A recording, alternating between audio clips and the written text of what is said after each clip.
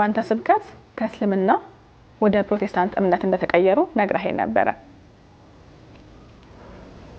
ለተፈጠሩለት ዓላማ እየኖሩ ያሉ አላህ በመገዛት የነበሩ ሰዎችን መንገዳችሁ ልክ አይደለም፣ እኔ ወዳለሁበት መንገድ ነው፣ መዳን በኢሳ አለይሂ ሰላም ነው እያልክ እንግዲህ ከነበሩበት የህይወት ብርሃን ወደ አንተ ወዳለህበት አመጣሃቸዋል። ትላንት ጨለማ ነው ባልከው የህይወት ብርሃን ደግሞ አንተ ዛሬ እየኖርክ ነው።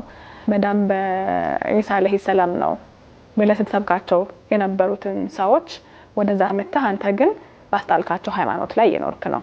ጨለማ ነው ባልካቸው የህይወት ብርሃን ውስጥ ዛሬ መኖር ጀምረሃል። እነሱን ስታስባቸው ምን ይሰማሃል?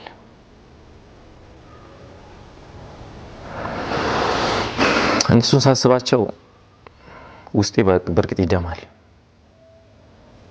ለመናገር ይከብዳል። ምክንያቱም በኔ ሰበብ ስራቸው ቦታ ላይ ሄጄ ብዙዎችን አፈናቅያለሁ።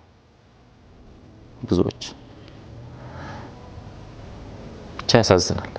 ማለት እዚህ እንዲህ ነው ብዬ የምናገረው ቃላት አሁን የለኝም። አላህ ካሳካልኝ ግን እንደሚያሳካልኝም ማምናለሁ። ኢንሻአላህ ቢዝኒላህ አላህ ያሳካልኛል። በዚሁ አልቀጥልም። አሁን ባለሁበት ሰርቶ እንጀራ መብላት አልቀጥልም። ድጋሚ ዳዋ ገባለሁ። ዳዋ ግን የምገባው መጀመሪያ በተማርኩበት ሲስተም፣ በሰራሁበት ሲስተም ኢንሻአላህ በቅርብ ጊዜ እነዚህ አሁን ያሉብኝ ፈተናዎችን ወጥቼ መንገድ ላይ ከአላህ ቤት ያወጣኋቸውን ሰዎች እነሱን ባላገኘኝ እንኳን የነሱን ጥፍ እንደምመልስ አምናለሁ። በአላህ ላይ ተስፋ አለኝ ኢንሻአላህ።